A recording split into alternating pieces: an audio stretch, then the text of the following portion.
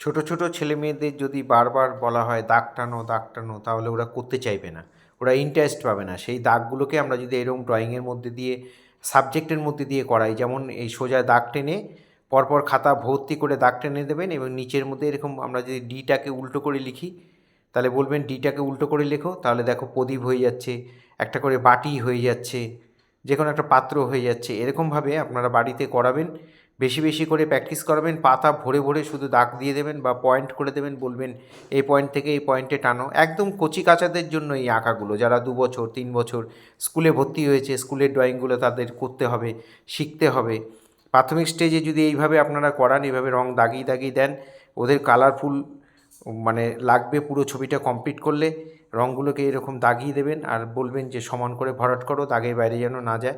এইভাবে সমান করে ভরাট করবে, সাদা সাদা থাকলে খুঁজে খুঁজে বলবেন যে সাদা সাদাগুলো ভরাট করো, কোনো দিকে যেন দাগের বাইরে না যায়। বর্ডারের ভেতরের মধ্যে রঙটা করতে হবে, বিভিন্ন জায়গায় বিভিন্ন কালার দেবেন, কালারগুলোর ওদের নামগুলোকে মুখস্থ করাবেন, কোথায় কী কালার ওদের চেনাবেন।